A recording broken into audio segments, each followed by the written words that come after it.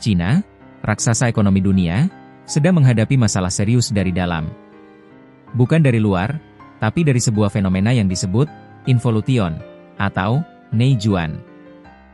Ini adalah racun kompetisi yang perlahan membunuh ekonomi terbesar kedua di dunia ini. Sederhananya, involution adalah perlombaan tanpa henti yang malah melukai para pemainnya. Alih-alih melahirkan efisiensi, kompetisi justru berubah menjadi perlombaan bunuh diri. Mengapa fenomena ini terjadi? Dan bagaimana dampaknya pada setiap aspek kehidupan di Cina? Istilah involution ini dipopulerkan oleh antropolog budaya Amerika, Clifford Geertz, yang menggunakannya untuk menggambarkan stagnasi ekonomi di Jawa. Kini, di Cina, istilah ini dipakai untuk menggambarkan kerja keras yang melelahkan, seringkali sia-sia, dan bahkan merusak diri akibat hiperkompetisi. Involution dimulai sejak pemerintah Cina mendorong industrialisasi baru melalui strategi dual circulation pada tahun 2020. Dengan hambatan masuk yang rendah, semua pihak berlomba-lomba masuk ke sektor strategis seperti kendaraan listrik, EV, panel surya, hingga baterai.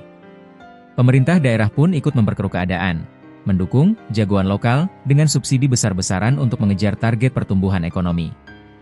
Hasilnya, pasar kebanjiran kapasitas, dan semua pihak terjebak dalam perlombaan menuju dasar. Di tengah tingginya persaingan, muncul pula budaya kerja 996, bekerja dari pukul 9 pagi hingga 9 malam, 6 hari seminggu, sebuah cerminan nyata dari kerja keras yang melelahkan namun seringkali sia-sia. Tingkat persaingan yang tak terkendali ini telah memicu dampak ekonomi yang nyata dan merusak. Cina kini mencatat deflasi terpanjangnya sejak 1990-an. Dampaknya terasa paling parah di sektor-sektor kunci, kendaraan listrik. Perang harga brutal meledak pada tahun 2023, melibatkan puluhan merek termasuk BYD dan Tesla. Akibatnya, margin laba bersih median di sektor ini anjlok dari 2,7% pada 2019 menjadi hanya 0,83% pada 2024. Produsen terpaksa menjual rugi. Panel surya, kelebihan kapasitas besar-besaran dan perang harga menyebabkan kerugian hingga 40 miliar AS dolar tahun lalu. Produksi surya Cina pada 2024 saja sudah cukup untuk memenuhi permintaan global hingga tahun 2032. Layanan pesan antar, raksasa teknologi seperti Alibaba, JD.com, dan Meituan menggelontorkan miliaran dolar untuk perang subsidi.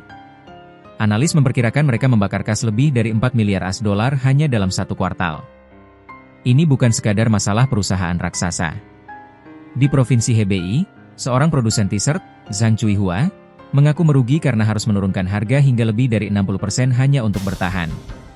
Persaingan involusi ini tak tertahankan, orang-orang bekerja sampai mati, ujarnya. Pemerintah Cina menyadari bahaya ini. Presiden 11 Jinping telah berjanji akan menindak kompetisi harga rendah yang kacau dan menghapus kapasitas industri yang berlebih. Namun, upaya ini rumit. Menindak kelebihan kapasitas bisa memicu gelombang PHK massal, yang dapat mengancam stabilitas sosial, sesuatu yang paling dihindari Beijing. Dengan pemerintah Cina yang berjanji akan menindak involution, apakah mereka bisa mengendalikan racun ini tanpa menghentikan pertumbuhan? Atau apakah ini akan menjadi masalah jangka panjang bagi masa depan Cina? Sampaikan pendapat Anda di kolom komentar.